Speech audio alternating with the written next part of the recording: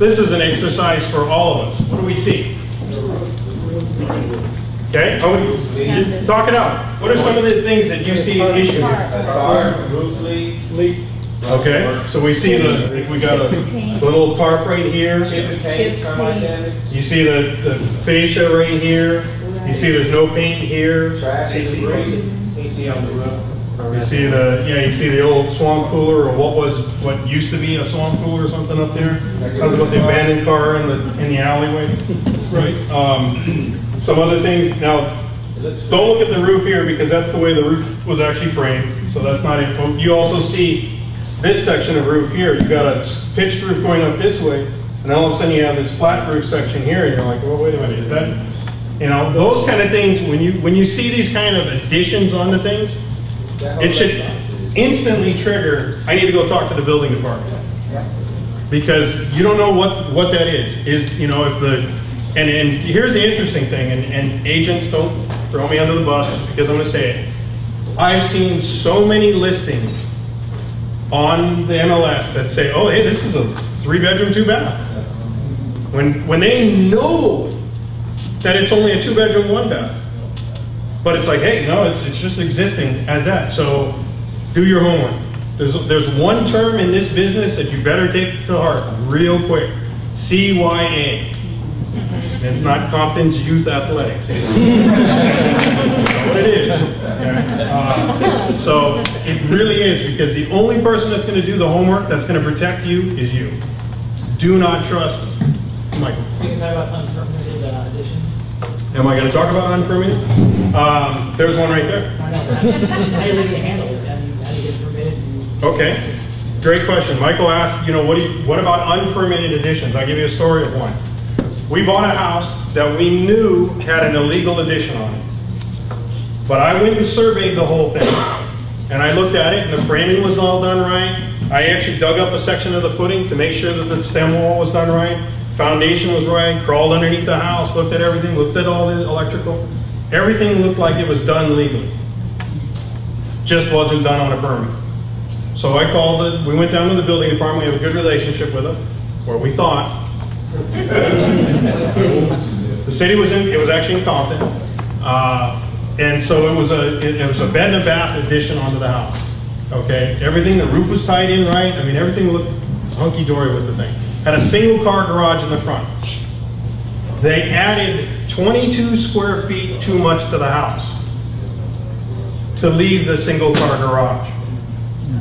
Single car garage happened to be 4 inches too close to the property line to put a 2-car garage in.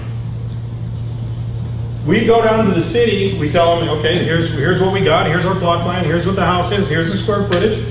Planning department says, okay, no problem. Building department, we go to building department, we say, okay, here's what we got. Building department kicks it back a month and a half after we started this thing.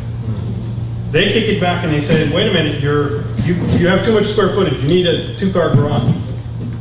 Whoa, wait a minute, stop, what are you talking about? We're gonna button this thing up and move on already. And they said, nope, you gotta tear down the 1-car garage, you gotta put a 2-car garage.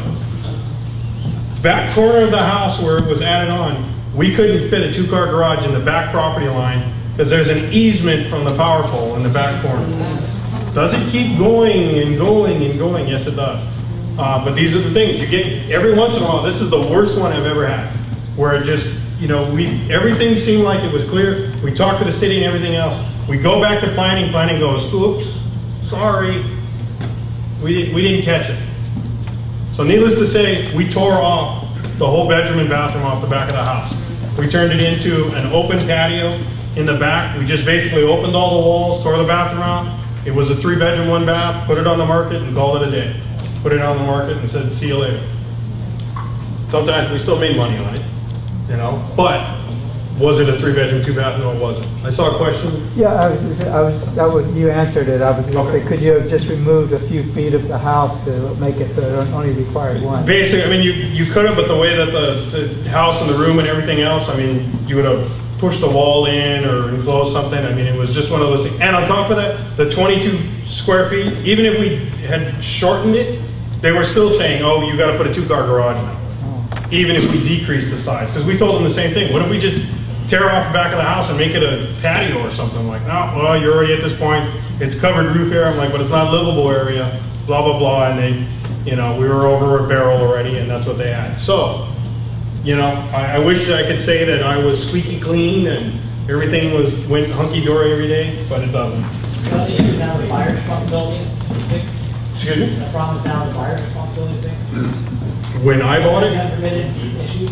the unpermitted, it's not, well, it is the buyer's responsibility, yeah. It's in certain cities in California, you have a thing called pre-sale inspection. Well, from what I've heard from different legislature now, they're talking about possibly making pre-sale inspections all across California now, which I actually think helps you. As an investor, it actually gives you a blueprint of what you have to do. Right up front, they tell you, hey, you know what, the electrical panel needs a cover on it, and you need GFIs in the bathroom and this, you need smoke detectors. You know, these are the things. They're giving you a list of everything you need to do. Well, guess what? If you're on the buying side of that transaction, what does that do for you? Hey, somebody gives me a 5-page document that says, hey, I got to do all these repairs. I'm like, cha-ching! All right, let's just keep deducting. And this is where your relationship with a contractor or something like that comes into play. Isn't I've heard it like if it's like a HUD home, that's a big thing about it, that it's not, you can't get a loan because of that condition, or there's some discrepancy on the structure or whatever. Yeah, that's why some of them, they have the 203K, the rehab loans and stuff like that to get away with that. I know Dana's done some stuff with HUD and stuff. You might want to talk to him. I know he's done some things. But yeah, really, when you're buying something and it has a pending situation, like it has an illegal structure on it, and they have a pre-sale inspection, guess what? It says right in there, must obtain permits to clear illegal situation. I have a house right now. They added on to the garage. Building department has no records of this property at all. Nothing. They're like, well, it's there. It exists. Okay, great. Thanks. So they told me, let's go back to the tax assessor. Let's see if they have something. Tax assessor has nothing on it. So we're in a discussion right now with the city going, okay, so how do you know that that was an addition onto the garage? The roof it's all one homogeneous roof. You can't show me anywhere where it was added on. Stucco's all one, you know, all that kind of stuff. What do you see here? Same kind of questions. What do you see? Okay. You see an attachment between the house and here? Yeah. Okay. The boards splitting right by the roof. And the Up here? Yeah. Like that? That's, yeah, the metal drip edge is kind of cracking right there. What about this situation where you have one roof line here and you have another one here? Now, as looking at it from a contractor, these are the things that I'll look at instantly. I'll go, wait a minute, why is that roof? Because normally the real way you would do this, if this was an addition, you would just add this gable roof line over. You would just add onto it. You wouldn't do this little flat roof section, because that's the cheap way of doing things. You just put this single slope extension out and go. Question in the back? And this is completely off track here. Nope. With regards to rehab, if it's a flips, Yep. do you have a base net profit that you go by, or is it different on each place? As far as, I mean, there's a minimum that we want to make on anything. You know, I mean, it's basically 20-25,000 is minimum.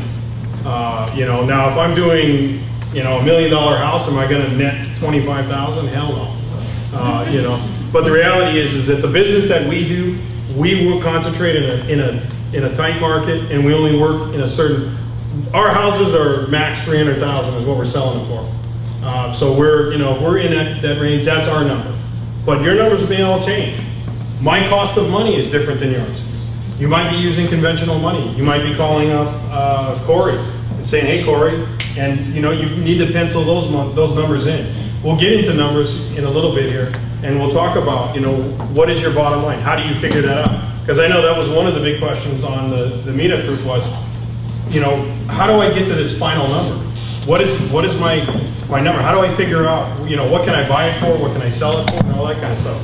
You can get into all kinds of stuff. But yeah, one thing you want to see, when you see an attachment from the back of the house to the garage, be careful. Some cities will not allow that anymore. If they do, you have to put a firewall inside here. You basically have to protect any fire going from the garage out or the house in. Some cities. Long Beach has changed that rule now. I just found that out after I tore off a roof cover. But they said, no, you can leave it attached now. Great, thanks. Thanks for telling me now. Gentlemen in the back. When you go to buy a home and you're doing the inspection yourself, Yep. do you crawl under the entire house, or do you hire an inspector, a professional inspector, to come in Yep. and inspect a home?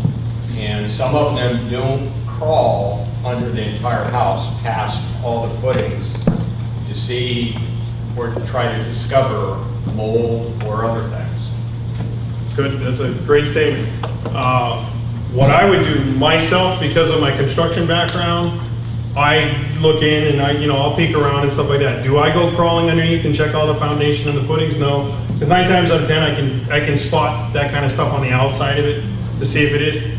But that's a great point. If you are new to this business, I would highly suggest that the first time you did something, hire a home inspector. That $350 or $400 will be the best money you've ever spent. Now, let's make sure, let's not do this when you're writing offers out, because you're gonna go broke just going, hey, let's do a home inspection. I don't even have it under contract yet. No, I mean, we're talking about when you're at open escrow, you're ready to go, this thing's gonna happen. And if that means that you have no or you don't have a contractor you're already working with and trying to do business with, you might just say, hey, John, Joe, Scott, whatever, hey, can you come out to this property? I need to review this. Give me a bit of an estimate of some sort on what's wrong with the thing. Or, as the gentleman said, call a home inspector. Now, does that mean that all home inspectors are created equal? I don't know. Is there any employee that's created equal? In any job industry? I mean, it really, so you just got to trial and error kind of through them and see what, who's the best one. So getting back to this, yeah, these are some of the things that you see. Is anybody else? I'm just curious. Some of the people that have rehabbed, what are some of the things that you guys have seen that have just been like blown your mind? Black mold. Okay. Got mold. I can show you a picture of where's Omar? Where'd you go? He just went out. Oh, Omar just went out. Omar's partner just sent me a picture that's actually in here of a condo that the ceiling fan is actually, all the blades are bent down and there's mold growing off of the ceiling fan blades. The whole entire apartment has mold on it. They don't know if the hot water has been leaking into the tub, so it's been draining out of the sewer system, so nobody knew that it was even leaking. They can't figure out if it was 1 year or 3 years. That there's nobody been living in this. The door has not been cracked open in this thing. And when he showed me the pictures, I said, you should have ran out of there. Mold is not something you want to, when it's that kind of infestation, you shouldn't be breathing that at all. You should just lock the door, put a big murder sign on the door, and say, draw the body outline on the door and just be like, don't go in. Until the mold remediation guys go in there and they figure out what you're going to do. But yeah, sometimes you're going to go into an REO and maybe not everything's on. I've seen white PVC as main gas lines in houses. Woo! Yeah. Quickcrete poured into the plumbing. Yep. Oh, I'll give you a horror story of my Arizona property. Some of the people that know me already, I still have proof of the thing at home.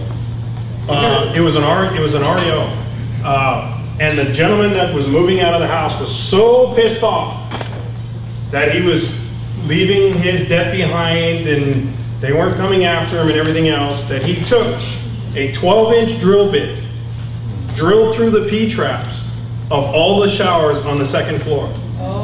So when you did a home inspection, nothing's wrong with the plumbing because nobody's running the shower. So yeah, so he went and drilled the holes through the shower drains right at the P-trap at the very bottom of the drain. So the only time you knew that it was leaking was when somebody was taking a shower. Well, guess what? When you're doing a rehab, I don't know about you, but my rehab guys and my crew, nobody's taking showers on job sites. You know, I mean, there might be a hose outside, we might hose you down from all the dust, but you're not taking a shower. So the house was all done. Three bathrooms upstairs. All of a sudden, water coming out of one of the closets. We're like, what in the hell is going on?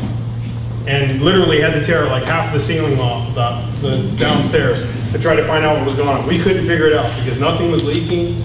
You know, we were like, what's going on? Where is this coming from? There's no high pressure leak. Why is it only at certain times? Wasn't there a hole in the ceiling from the floor?